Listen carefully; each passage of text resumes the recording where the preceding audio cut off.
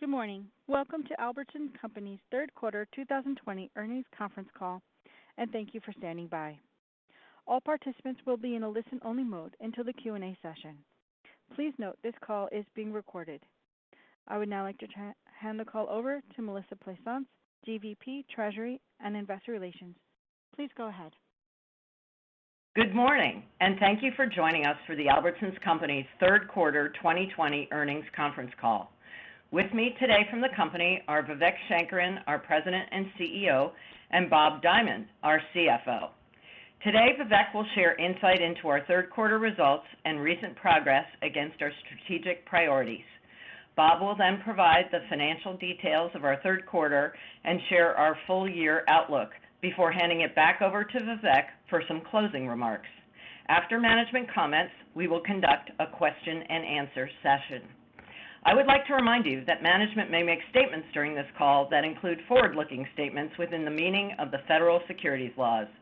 Forward-looking statements are not limited to historical facts, but contain information about future operating or financial performance. Forward-looking statements are based on our current expectations and assumptions and involve risks and uncertainties that could cause actual results or events to be materially different from those anticipated. These risks and uncertainties include those related to the COVID-19 pandemic.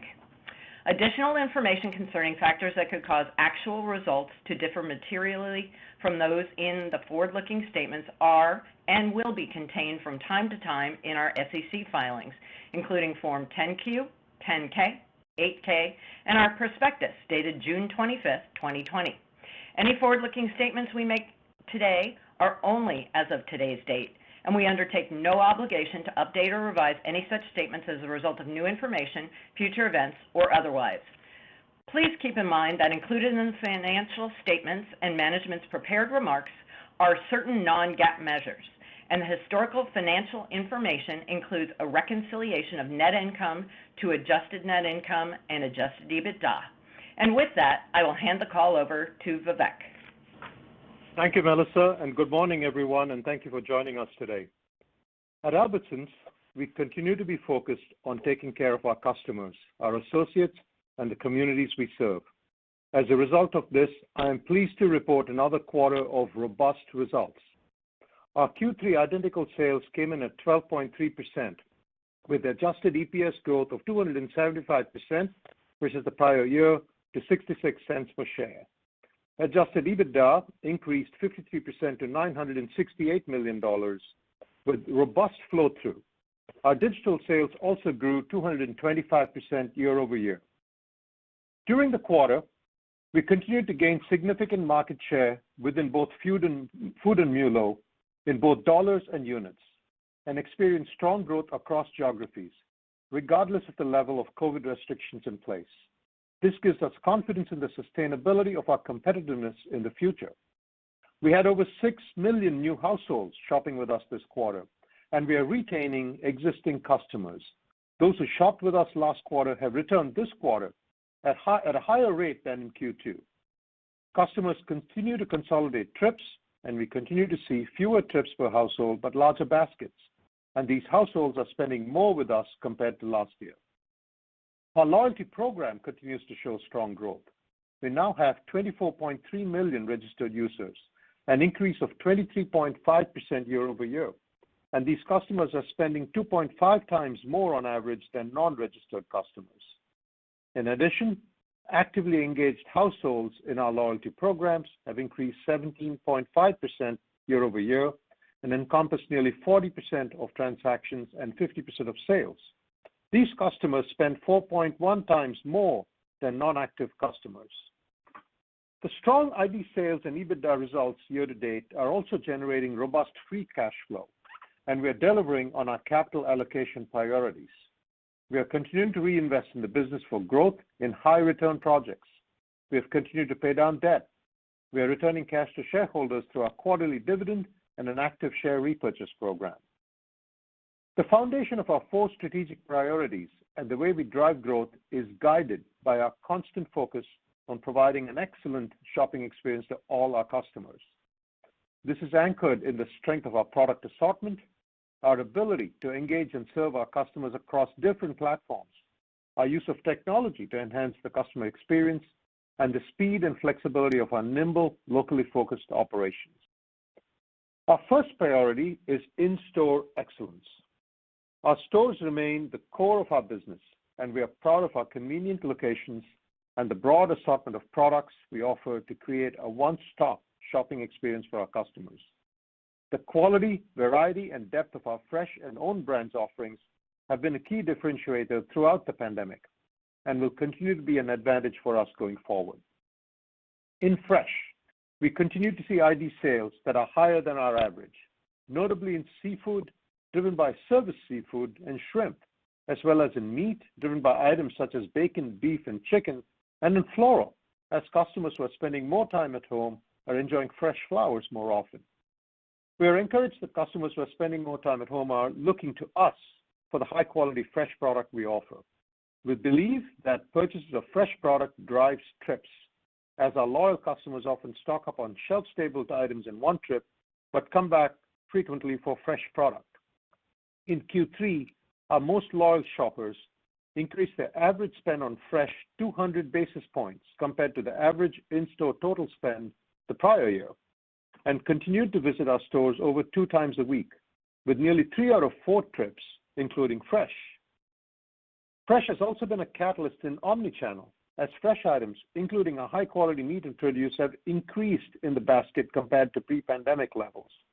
And to further capitalize on the strength we see in fresh, we're expanding our portfolio with meal solutions, ready to eat, ready to heat, and ready to cook, that are growing in popularity as alternatives to cooking from scratch, with plans to introduce these solutions more broadly in the weeks and months ahead.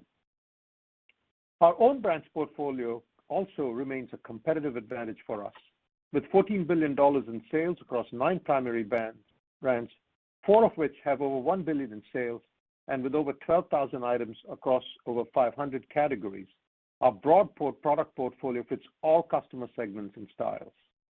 We have recently seen improving trends in penetration of own brand sales, as temporary supply issues have been abating.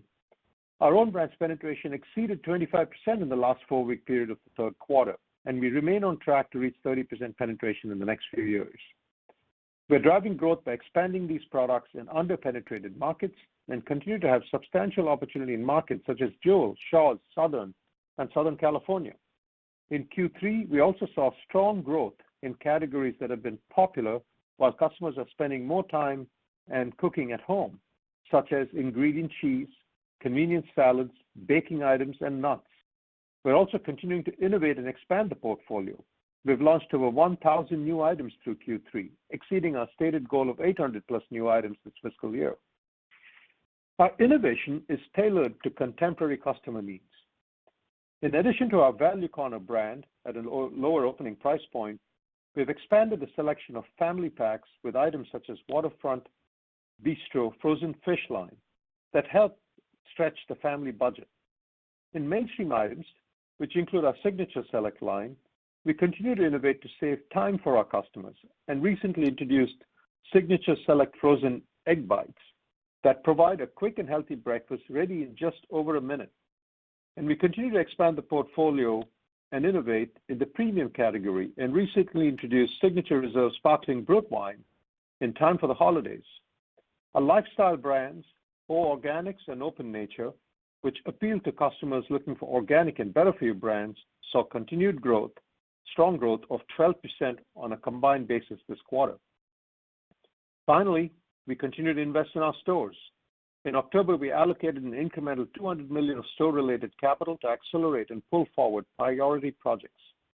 In addition to remodels, we are using some of the additional capital to accelerate the rollout of our module program, which are discrete high-return initiatives focused on customer checkout and new merchandising offerings.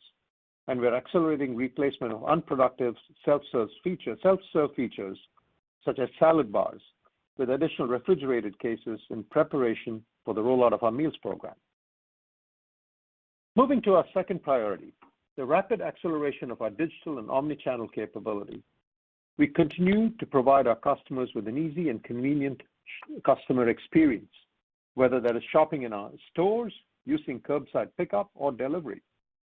digital continues to be a key growth driver for us as we achieved our third straight quarter of over 200% sales growth, up 225% in Q3.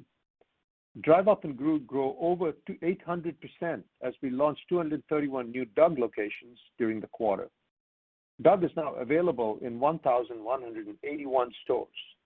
This puts us ahead of our schedule, and we expect to have DUG in more than 1,400 locations by the end of this fiscal year, as well as more than 1,800 locations by the end of fiscal year 2021. We firmly believe some consumer behaviors adopted during the pandemic will continue post-pandemic, and we believe increased use of digital offerings will be one of the key behaviors that sticks. To capitalize on this trend, we are investing over $300 million in CapEx and OpEx to accelerate our offerings in this area during fiscal year 2020, to launch new capabilities that build on our strengths, as well as drive scale and profitability.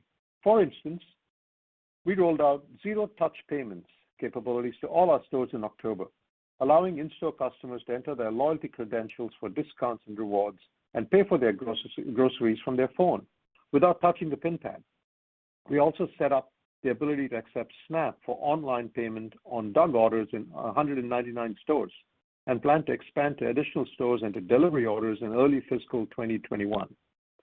From a customer experience and convenience perspective, we've made noticeable improvements to our app, which have resulted in increased usage, and are piloting a number of walk-up-and-go options in select stores in Chicago and Northern California, involving walk-up counters, lockers, and standalone kiosks in our parking lots.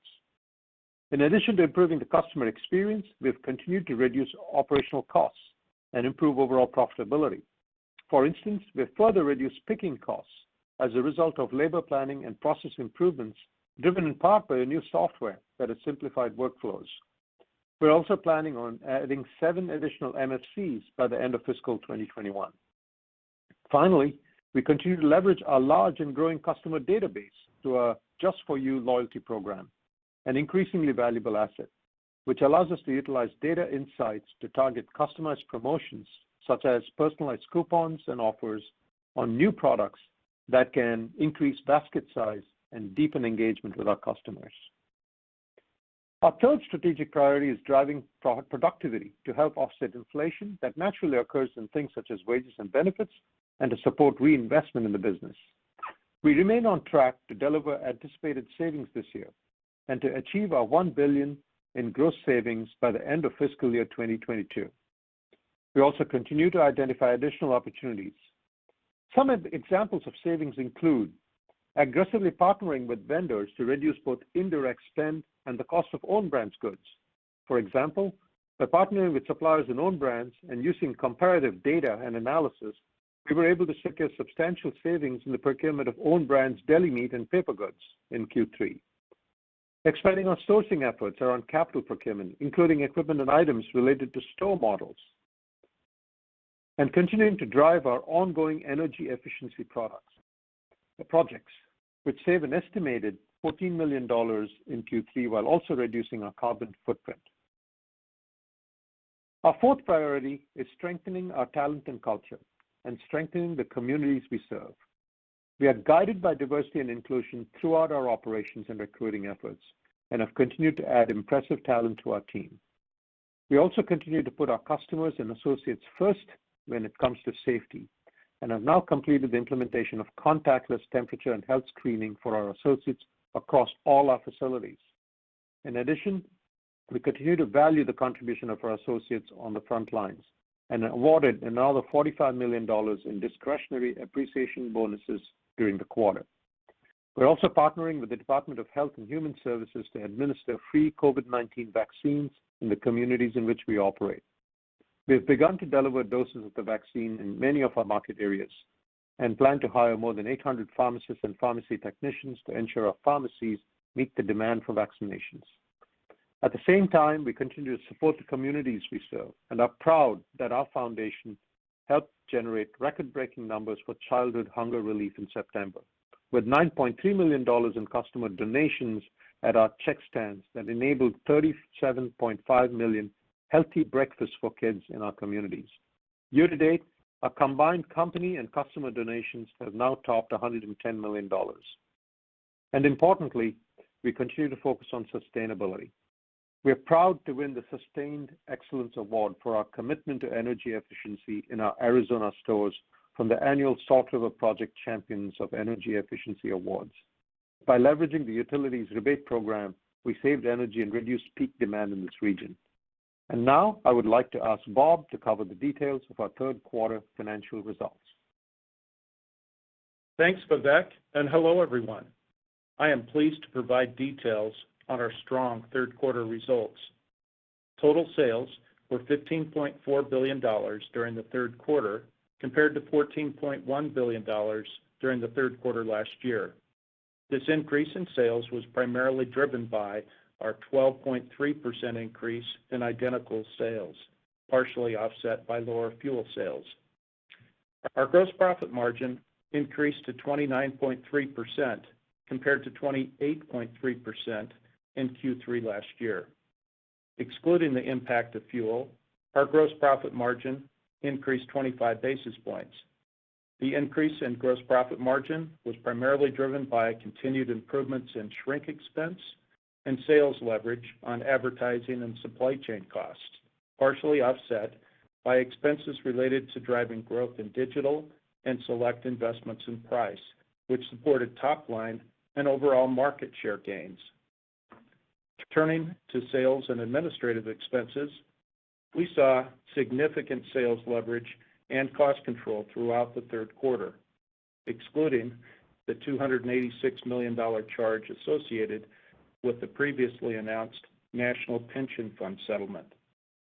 Overall, the improved sales leverage, including strong cost control, more than offset incremental COVID-19 related costs totaling approximately $105 million, excluding the $45 million in discretionary appreciation bonuses during the third quarter. We continue to seek efficiencies around procedures and procurement of PPE and cleaning supplies to further optimize these costs as we go forward. Interest expense was $115.9 million during the third quarter of fiscal 2020, compared to $154.8 million during the same quarter last year. This $38.9 million decrease in interest expense is primarily attributable to lower average interest rates and outstanding borrowings compared to last year. The weighted average interest rate decreased 80 basis points to 5.5% compared to Q3 last year, which is a testament to some of the recent refinancings we've completed at very attractive long-term borrowing rates. Adjusted EBITDA was $968 million compared to $634 million during Q3 last year. The 53% growth in adjusted EBITDA represents a flow-through of approximately 20%, excluding fuel. Adjusted net income was $387 million, and adjusted EPS grew 275% to 66 cents per share, compared to $142 million or 24 cents per share during the third quarter last year. Turning to capital allocation, our capital expenditures were approximately $1.1 billion during the first 3 quarters of the year, and we completed 225 remodels. We continue to accelerate technology-related investments, including those in digital and e-commerce. As the result of longer than expected ordering lead times and some construction backlogs, we now expect to spend approximately $1.65 to $1.75 billion in total capital expenditures during fiscal 2020 versus our prior guidance of $1.9 billion, with approximately $200 million of incremental capital spend shifting into early fiscal 2021. As we outlined last quarter, these high return projects include both in-store and productivity initiatives in manufacturing and supply chain, in merchandising to expand our meals program, as well as in digital and e-commerce, including incremental DUG rollout and other technology initiatives intended to drive efficiencies and future productivity. We have successfully executed sale-leasebacks and asset sales in recent years, and during the third quarter, we have had the opportunity to sell a distribution center that was recently closed for proceeds of approximately $92 million. And together with other surplus properties, we have generated approximately $144 million of asset sale proceeds to date. Even after this activity, we continue to have a significant real estate portfolio appraised at approximately $11 billion. Our strong results have generated very robust operating free cash flow of $1.9 billion year to date. Our capital allocation priorities remain unchanged and include reinvestment to drive profitable growth, continued deleveraging, and returns to shareholders through our 40-cent per share annual dividend, and we will continue our methodical approach to share repurchase and intend to continue actively buying back undervalued shares. We were pleased to get credit rating upgrades after our second quarter results were announced, based on our strong performance and debt reduction. On December 22nd, 2020, we completed a $600 million addition to our 3.5% 2029 notes, the proceeds from which were used to refinance our 5.75% 2025 notes. At the same time, we announced the paydown of an incremental $200 million of the 2025 notes with cash on hand. These actions will save the company approximately $25 million in annualized pre-tax interest expense, and combined with the refinancing and debt reduction from the second quarter, we've achieved approximately $77 million in annualized interest savings this year.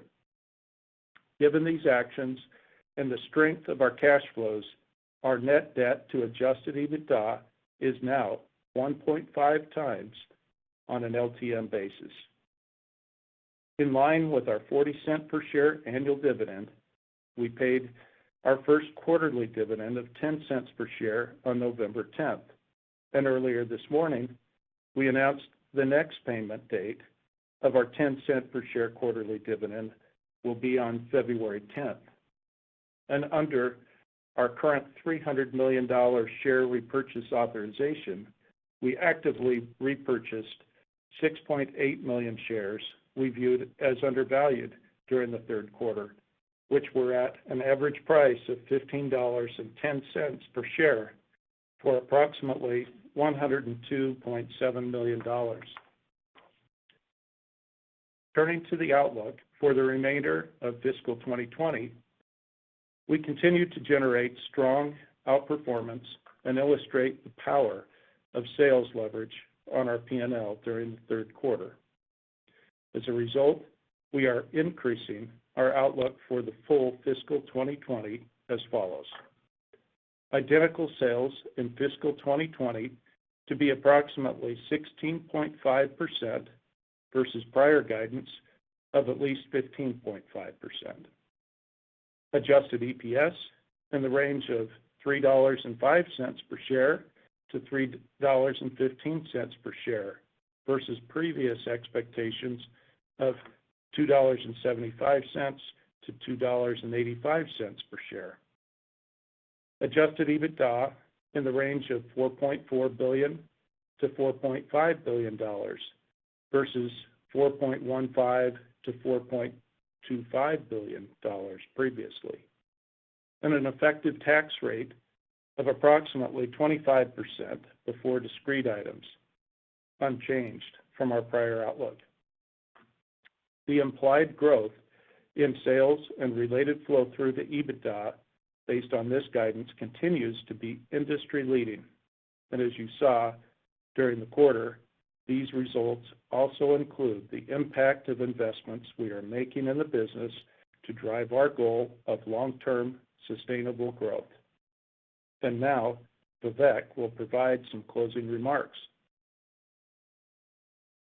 Thank you, Bob. As we enter the new calendar year, we are in the throes of the third wave of the pandemic. Our hearts go out to the many who have been impacted by the disease.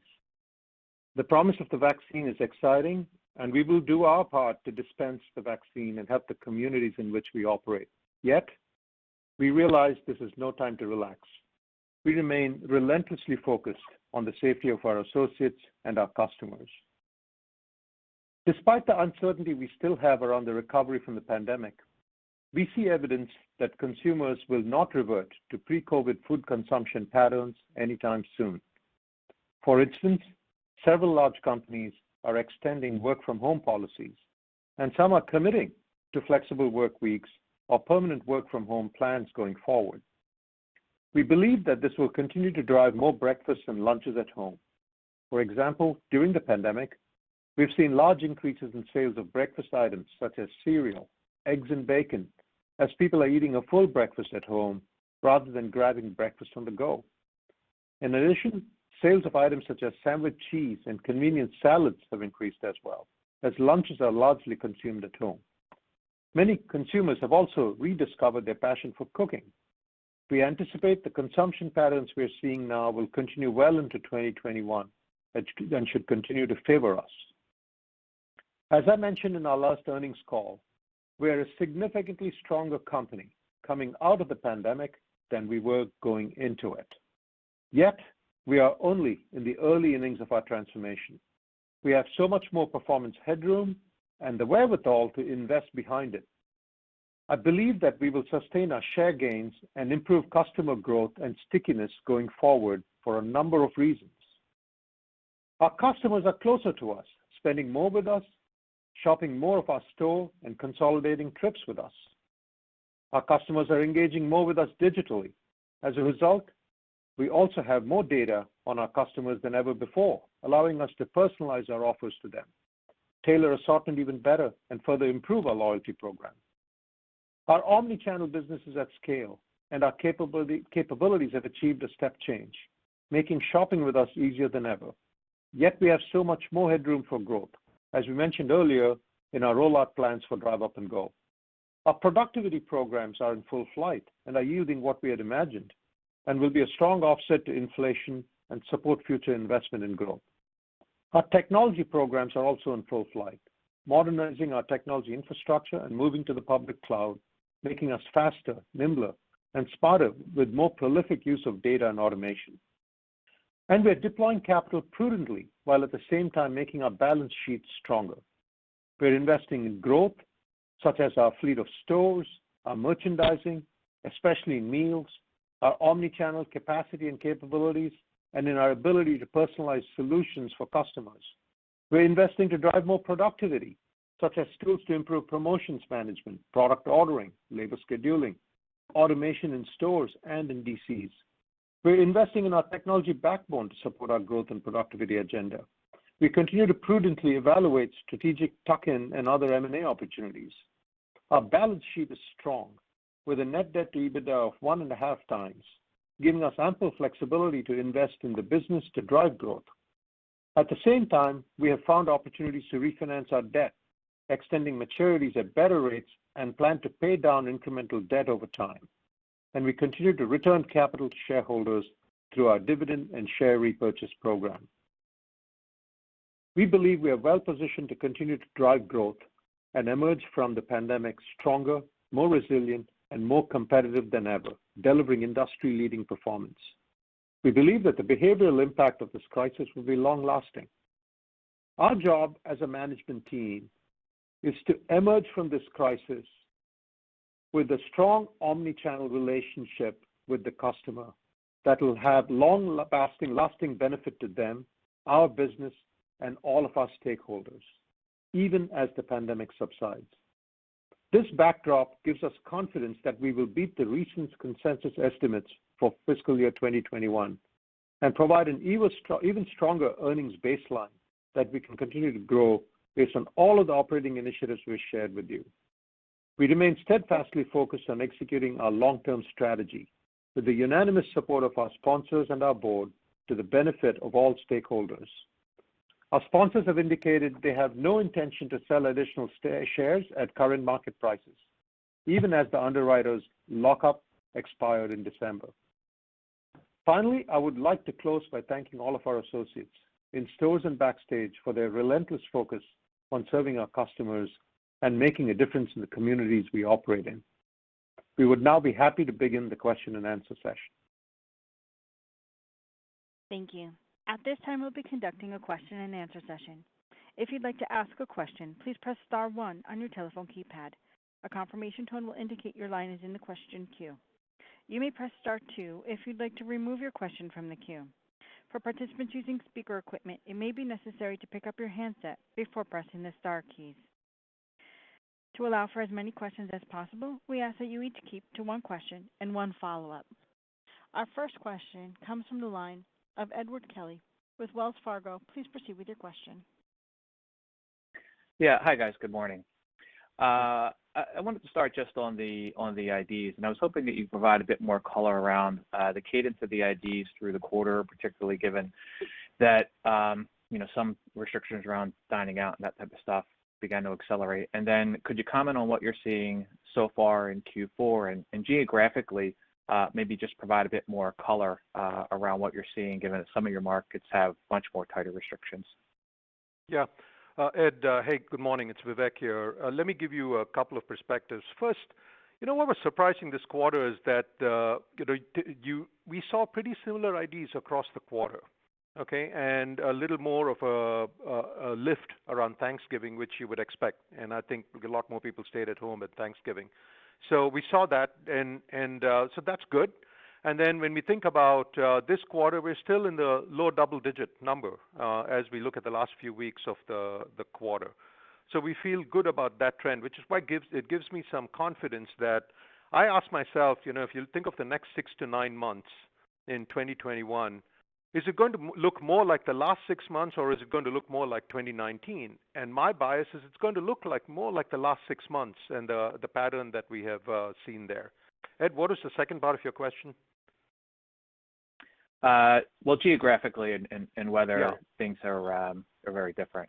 Yeah, I've said this before. I look very hard at whether we see patterns with any particular market where the crisis is worse or better, and if the sales change.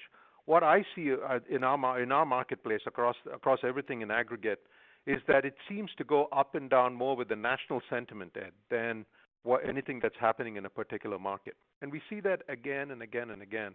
And as I mentioned earlier, we are seeing that where COVID's not that strong, or at least less severe, let me put it, it's bad everywhere, less severe, we still see pretty strong sales.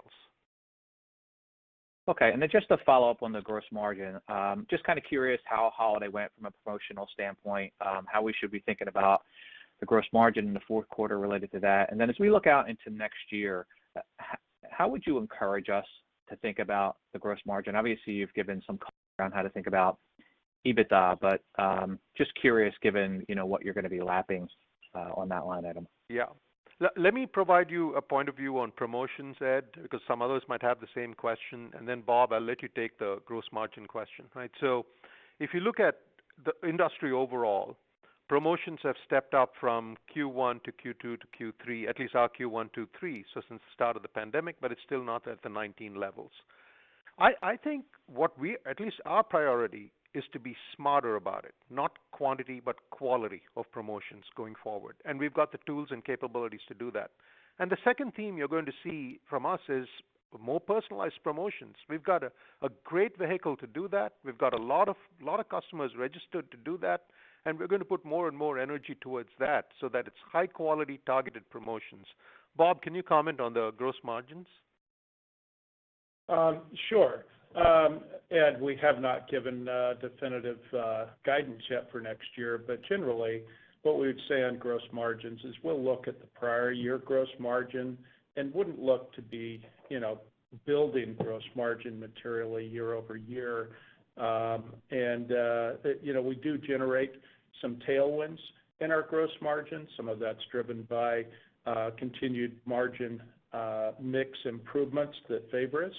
But what we try to do is to reinvest some of that back into the top line so that we drive our bottom line as well. But hopefully that gives you a sense for what, when we break it out a little bit further, that next quarter, that it will, be probably relatively flat to this year. Great, thank you. Thank you. Our next question comes from the line of Rupesh Parikh with Oppenheimer. Please proceed with your question. Good morning. This is actually Erica Eiler on for Rupesh. Thanks for taking our questions. So I guess I wanted to start off talking about your market share. And it doesn't sound like this is the case, but as you look at your recent share gains, are you seeing any differences in where your share gains are coming from this quarter versus prior quarter? It sounded like it was pretty consistent to me, but I just want to confirm that. And then if we think about moving beyond the pandemic and into a post-COVID world, as you look at the share gains in recent quarters, where does your team believe you could see more permanent gains post-pandemic from a category perspective? Yeah, so the market share gains, the way we track it is we track dollars and units, and we compare it to food retailers and MULO, which includes the whole universe. And the consistent story throughout since the pandemic has been that we are gaining both dollar share and unit share. We're gaining it both versus food and versus the overall channel MULO, which includes everybody outside of typical food grocery retailers. And the share gains are higher versus MULO, right? So that pattern has continued. And if you look at where we're gaining share, the share gains are higher in some of those fresh categories that I talked about earlier. And my sense is people have gotten used to if people stay at home and cook at home, which I believe they will, I just think some of this behavior is going to stick and remote work is going to stick. And so as that happens, you'll end up with people spending more on fresh, and we have an advantage there. So I suspect we will continue to gain share on those categories. Okay, that's helpful. And then you mentioned, your expectations for people cooking at home more. And so, with the robust comp growth you've seen so far, this fiscal year, can you talk about how you're thinking about lapping the more difficult comparisons in fiscal 21 at this point? Just some of the puts and takes there, maybe that you haven't necessarily touched on previously. Yeah. So first of all, I think you're right. We love positive comps, right? So looking at next year it won't be positive comps, but we are going to think about a 2-year stack, and we'll talk to you about a 2-year stack. That's how we're thinking about modeling next year's business. And we, at the end of the day, a lot of things we're doing are about driving growth. So if you think about it from pure dollars, our intent would be to drive growth versus, and on a 2-year stack, for it to be healthier than what would have been pre-pandemic levels. That's how we're thinking about that. And I think a lot of the initiatives are continued investment in fresh, the continued expansion of e-commerce, and you're seeing it, right? And and we know it's incremental. Our continued expansion into meals, all of those are things that will continue to drive growth. And we're even putting money as we speak. And I shared with you the investments we made in e-commerce that are part of the OPEX and CAPEX that you're still seeing from us. But we're also putting energy and money into retaining customers, right? So we're doing a lot of things to ensure the growth next year. Okay, great. That's helpful. I'll pass it on. Thank you so much. Thank you. Thank you. Our next question comes from the line of Ken Goldman with J.P. Morgan. Please proceed with your question. Hi, good morning, everybody. Morning, Ken. Vivek, I wanted to circle back a little bit toward pricing. You've said in the past, I think pretty strongly, that you don't have much desire to accept and pass on manufacturers' price increases right now. But since you last reported, corn, wheat, freight, a number of other inputs have spiked. Last week, ConAgra highlighted accelerating inflation as soon as the current quarter. So I'm just curious if you're still as sort of adamant about pushing back on vendor price hikes, because it seems to me like now is the best time in decades to push through some of these higher prices. You may never get this kind of inelastic consumer demand again. So I just wanted to get your updated thoughts on that, please. Yeah, Ken, First, good morning. Yes, my philosophy will always be to push back on it, right? I think we should be doing what's right for the customer, and we will always have the philosophy of pushing back on it. That said, we're always managing a basket too, right? So if you look at price per volume and you look at the market, the price per volume in the market has gone up a little bit. It's not as high as it was in Q1, Q2, by the way. So it has come down from Q1, Q2, Q3 overall in the market, and we've done a little better than that. So we will push through inflation when it comes through, no question about it. But on the other hand, there's a healthy tension we will maintain with our suppliers and make sure that everything is truly justified. Thank you for that. And then for my follow-up, San Francisco and LA have proposed mandated $5 hero pay for grocery workers.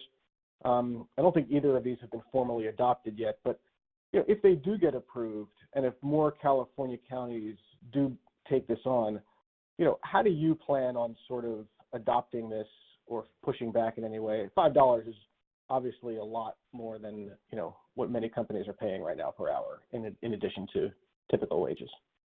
Yeah, Ken, it is in certain pockets, certain counties have put such a proposal on the table, and it is more towards grocery, not non-grocers and so on. So it's not clean by any means, right? And obviously, we wouldn't agree with a philosophy like that. So we're working through it. If it came down to it, there's many ways to manage it. I'll give you a perspective. A large part of our retail workforce is part-time labor. Okay, so we've got many ways to manage cost improvements, not just from that cost increase, not just from that kind of a proposal, but overall wage management. So we've got many levers to do it, and we'll continue to do it. But that's a very small pocket, Ken. Just to be clear, that we are hearing that. Thank you, Vivek. Of course, Ken. Thank you. Our next question comes from the line of Robbie Ohmes with Bank of America. Please proceed with your question. Hey, good morning and congrats on another great quarter. Thank you, Robbie. Hey, Vivek, I was hoping you could talk, first a little more about digital. Could you give us some color on, where you think digital penetration is going to end up for the year as a % of sales? And then within that, how big is delivery as a % of digital, versus Doug? And then maybe you could comment on, you guys, moving over to DoorDash and the strategy on delivery. Yeah, so let me start with that, the last one, Robbie. We in our press release when we did that, we didn't say that we are stopping delivery and going to DoorDash. That was picked up. It was interpreted that way by some news, and that picked up some steam. So here's the bottom line on that. There are markets where we believe delivery works, and there are markets where we don't believe delivery, our first-party delivery works the way we've designed it. And we think there are other options that we should continue to explore. And you should be ready that you'll always hear news from us that are trying different things. It's a locker in Chicago, right? So there are always different means and mechanisms that we're going to get things to the customer. So that's there. Now, from an e-commerce mix standpoint, the fastest growing piece for us is Doug. And if you do the math, you'll see that the rate of growth is faster than the rate of expansion, right, of our Doug center. So we know that the customers is sticky. They like Doug in our markets. And so we're going to continue to double down on that. And that is soon becoming a bigger portion than our own delivery of the business. And from a mix standpoint, I've told you before, we're a notch lower than others, and we have some catch up to do. But that's where we are. We are accelerating it as we roll out Doug and start getting more and more customers into the franchise. Which, by the way, when they come into the franchise, they spend a lot more with us. We'll get to market levels, but we are a notch below that. That's helpful. And then, maybe my follow-up, and maybe this will end up being more for Bob, but can we get a little more color on what the digital impact was on, gross margin in the quarter? You had that 75 basis point fuel benefit. Any help on, what kind of drag that was? And then, when we look to next year, how should we think about, some of the fuel benefit margins and what kind of pressures you could see if that goes the other direction? Bob, can you take that? Let me give you a little color there. So you're right. Ex-fuel, our margins were up 25 basis points, as we indicated in our earnings release. So when you kind of break that apart into kind of two big pieces, between the improvements in shrink and the sale leverage on advertising and supply chain costs, that comes to roughly a 70 basis point improvement. So that was offset by expenses, including digital and select price investments, by roughly the difference, that 45 basis points. So I don't have a solid breakout between those, but maybe roughly 50-50. That's very helpful. And just any thoughts on fuel outlook for next year in terms of impact on gross margin? Yeah, as you know, fuel can be a tricky one to try to estimate. This year has certainly been a boon to everyone. I mean, on one hand, volumes are way down, but then on the flip side, the margins are a little higher. We would expect next year that the volumes will probably start returning a little bit as some people start going back to work. But at the same time, we're anticipating that some of the peaks of the spikes in gross margin and fuel might kind of moderate just a little bit. Gotcha. That's helpful. Thanks again, guys, and congrats. Thank you, Robbie. You bet. Thank you. Our next question comes from the line of John Heinbockel with Guggenheim Partners. Please proceed with your question. Hey, Vivek, I want to start with behavior of new customers. Right? So you said 6 million new households for the quarter. I don't know how many for the year, but what % of those are registered loyalty members, roughly, and what % active members? And then, how is their spend ramping as new customers? How is that ramping relative to the legacy base? Yeah, so John, there you go. So the 6 million came in, right? And so of the 6 million, about 900,000, say 1 million or so registered on our Just For You, which is great because they come in, they like the program.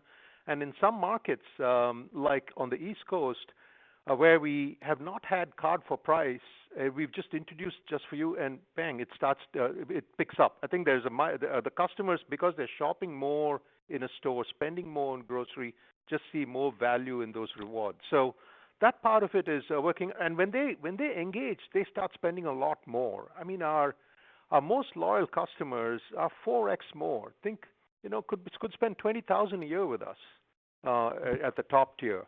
And then we break it into different tiers. And then the third tier, just as an added side note, right, where we call them, they're occasional, they're but loyal but occasional. When they engage in e-commerce, they spend 3x with us. It jumps 3 times. So that's why we find this nice ecosystem of e-commerce and the loyalty program starting to work together. And then maybe secondly, you guys talk about the 20% flow through, right, on sort of an incremental comp. Maybe talk about how that works on a comp decline, right, compared to that 20%, assuming sort of a normal gross margin environment. And, are there tweaks, right, you can make on labor and so forth to maybe to keep it to around 20%? Yeah. So, John, it's not a linear curve, right? So there's a certain step change above which you get a lot of flow through. So, as an example, we are not adding store directors, we're not adding department managers, etc. So that there's a part of it that's very fixed. And so as the volume threshold next year, I suspect will be above that minimum threshold. Then let's talk about the part that's variable. It's primarily things like labor, right? And the labor in a store, we can manage hours. There's a lot of part-time labor in our store, so we can manage hours, and we've got a lot of initiatives that are aimed at reducing hours, making the hours more productive. And that's happening, that was pre-COVID, and it's continuing through COVID, and they're working well, John. That's the nice thing, You saw we had good shrink numbers, better shrink numbers, right? And Bob talks about it in the gross margin. We've rolled out tools that are production management tools, production scheduling tools. That optimizes labor. while it also helps shrink because they're producing the right quantities. So those are types of things we're doing to also reduce it and keep that kind of flow through. Okay, thank you. Thank you. Our next question comes from the line of Paul Trussell with Deutsche Bank. Please proceed with your question. Hi, good morning. This is Christina Katai on for Paul. Thank you for taking our questions. I wanted to ask about digital grocery economics. You did mention that you saw a reduction in picking costs that was driven by technology. So is there anything additional that you can provide of profitability of the channel? And secondly, how do you expect it to trend once DUG becomes a larger portion of that e-commerce pie? Yeah, actually, we're more excited when DUG becomes a larger portion of our e-commerce portfolio. So think of it this way.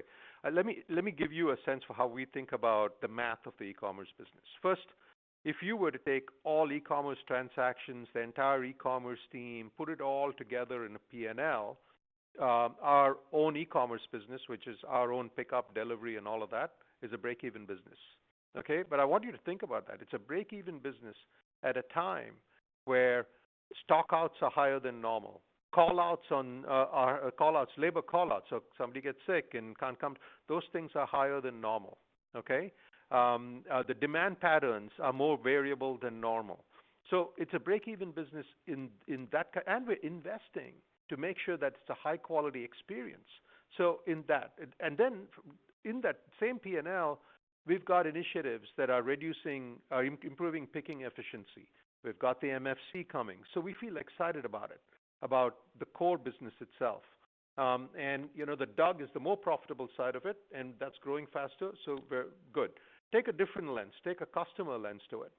And on a customer lens, it's even more exciting because, as I said earlier to John, some of our less engaged customers, when they pick up e-commerce, spend more with us. I know it's coming from somewhere else. It's leveraging the same store, and our e-commerce is store-based, so it's leveraging all of the same assets. So in essence, there's more marginal profit from that, with a lot of upside on improving profitability as we think about it. Got it. That's really helpful. And secondly, I just wanted to touch on fresh. I mean, you talked about fresh being a differentiator for Albertsons, and it is driving the market share gain. So to what degree do you think it sets you apart from your competition? And perhaps what are some of the areas and categories where you can improve your offering or service levels? We're always going to continue to improve our offering and service levels, right? I mean, we're never going to be satisfied by that. So as an example, we think that meals programs, rolling that out will be a big upside. And we've seen that work where we've rolled it out, and we're continuing to expand that. So it is not just ingredients, but having solutions for you so that you may not feel like cooking at home tonight, and you still have a great meal that feels like it was cooked at home, right? So that kind of thing will continue to improve. Some of the reason we have our fresh advantage is we invest in the labor in the store. So we have butchers in our store, right? We have bakers in our store. You can get a cake baked the way you want it. You can get a piece of steak cut the way you want it. You miss it at a restaurant, you get it in our store. So there's a level of investment in labor. There's a level of investment in the choices we make on our product. And those things under normal times would have been a marginal advantage. Under times like this when people are eating a lot more at home is a bigger advantage. Great. Thank you so much, and congrats on a great quarter. Thank you so much. Thank you. Our next question comes from line of Paul Lejuez with Citi. Please proceed with your question. Hey, everyone. This is Brandon Cheatham on for Paul. Thanks for taking our question. I was just wondering if you could talk a little bit about some of the technology improvements that you're investing in. I think last time you mentioned the on-demand planning system was in 800 stores. I was just wondering how that rollout is going, if you're seeing any margin improvement in stores that have that versus stores that don't, and if that contributed to the better shrink this quarter. Yeah, Brandon, about 30% of our capital goes towards technology, right? And so let me just parse that out a little bit for you. A good bit of it goes towards improving our infrastructure. So migrating to the cloud, making sure that our systems can ramp up very quickly. It was fantastic to our e-commerce business is on the cloud, and when we did that, we saw very little disruption, even when we saw the spikes and such. So that's part of it gives us better data, consolidated data. That's one part of the expense. We'll drive that for the next couple of years, and we'll have most of that done. The other part of it is going to improving growth, which is applications, customer-facing applications that we're doing. It could be around like the automated lockers you're seeing, et cetera. So there's types of things that we're doing to drive growth. And then there's a bunch going towards productivity. It's in-store productivity, it's DC productivity. And in store, the particular things you asked about are ordering systems. Rolling it out, it's been fantastic.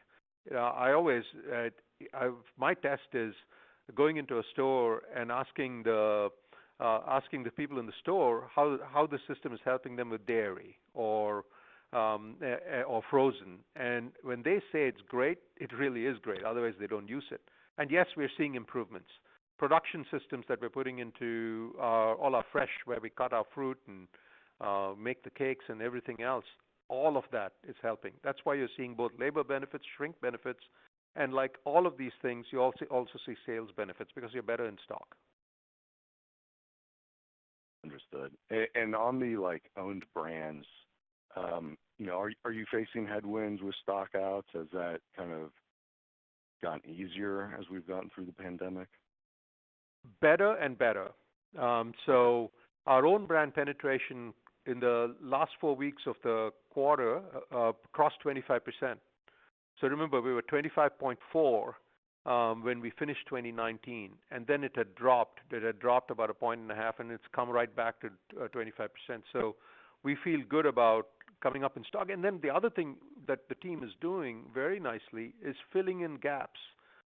So when now we're saying we want to be more we're getting into the value packs and so on. So we're getting into filling in gaps so that, or identifying new needs that the customer cares about today. Got it. So it sounds like owned brands kind of has accelerated through the year, and now you're back to where you were. Yeah. I think the own brands there's two things in own brands you should know. One is a supply challenge. And the second thing is, if you have a shelf of, let's say, 5 national brands and an own brand, in a normal course of business, the 2 national brands would have sold a lot and the own brands would have sold a lot.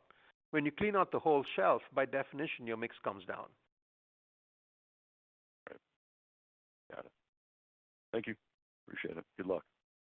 Thank you. Thank you. Our next question comes from the line of Robert Moskow with Credit Suisse. Please proceed with your question. Hi, thanks for the question. Vivek, you've talked a lot about improving the selection of ready-to-eat, ready-to-heat offerings. You've also talked about removing the salad bar in place of refrigerated space. And, I was thinking about that this is probably one of the bigger merchandising changes that you're doing in your store in response to COVID and the consumer need for more simple meals that they can just pick up and replicate prepared at home, prepared by scratch. So, but I'm having trouble figuring out exactly how widespread it is across your chain, how many of your sub-chains are doing this. Is there any way to quantify all of this and give us a sense of how significant of a merchandising shift it is in terms of more convenient meal solutions? Yeah, so let me describe the merchandising, Robert. First, it is think of it as a few refrigerated units around the deli counter of a store, deli area of a store. All right, and the size of those refrigerated units vary depending on the size of the store. So from a merchandising standpoint, it's very focused and targeted. We think of these as modules, and it's doable. So it's not. We don't have to completely remodel the store. Don't think restaurants or anything like that. Now, the bigger challenge is how to make sure that the production is done right and at a high quality. What is the right architecture, or what can be produced in the store has to be produced outside the store, and that varies market by market. And that's what we're working through and deploying. It is not at any scale that we would be proud of, but that's the direction we're going. We have it in 3 markets right now, and in 1 market it's expanding fast. In a couple other markets we are in experimental stage, but that's going to be a big emphasis as we think about the next 2 to 3 years. We think there's a substantial amount of growth here. What about salad bars? Are those still in the vast majority of your stores, or are they slowly coming out? They are, but look, they're not in many areas. They're not operational because it's just not safe yet. Some areas they are, but what you should know about salad bars is they don't always all give you the greatest return in all markets. There are going to be places where it matters a lot, where you're near an office complex and you're going to have a lot of lunch business, and a salad bar works very well. There are other markets where it doesn't, and you always wondered about what is the alternative to it. Now we have one. Yeah, great. Thank you. Thank you. Our next question comes from the line of Scott Mushkin with R5 Capital. Please proceed with your question. Hey guys, thanks for letting the call go a little long here, and thanks for taking my questions. So I wanted to ask, obviously this year's been just tremendous, kind of a windfall. And how do you guys think of accelerating some of your growth initiatives to, I guess, accelerate share gains and also enhance the customer experience? Obviously, the customer's changing quite a bit on what their expectations are. So I was wondering if you could talk about how do you accelerate share gains and what are you going to do with the customer experience? Yes, Scott. So number one, first, hi. Second, the share gain focus for us continues to be around e-commerce, all right, and then continuing to anchor it on fresh. Those are the 2 areas that we're putting more and more of our energy into. On e-commerce, it's about the expansion of DUG. It's continuing to invest into the front-end experience the customer has on the apps and such. I'll give you an example. We talked about drive up and go.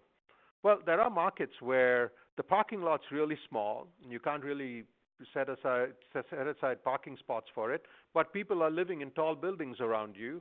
So we have a locker there or a service where somebody can come in, pick up 2 bags and leave. And so we're trying to find different ways to serve that customer and improve her experience while she shops.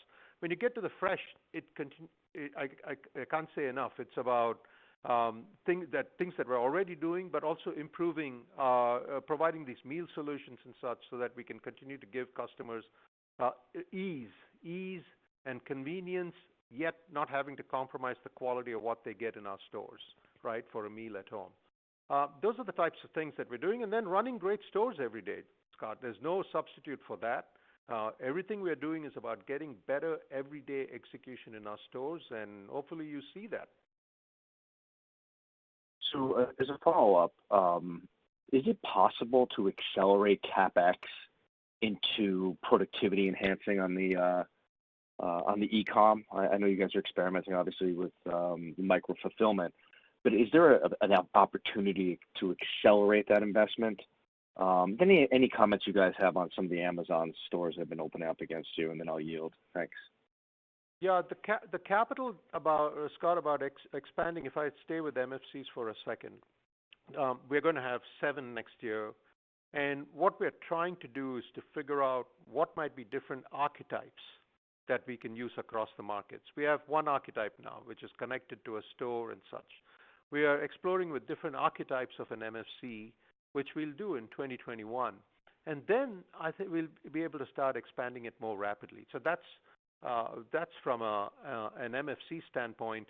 On capital that we deploy in stores, such as capital to improve ordering systems or capital to improve customer experiences such as the self-checkouts and those types of things, we're experimenting there too. It typically doesn't end up being the rate at which you can deploy capital. It ends up being the rate at which you can manage change. What you don't want to do is to deploy these systems and get orders wrong, or deploy the systems and have a lousy experience for the customer. That's usually more of the governor when you think of that. Thanks, guys. Really appreciate it. Thank you. Ladies and gentlemen, this concludes our time allowed for questions. I'll turn the floor back to Ms. Plaisance for any final comments.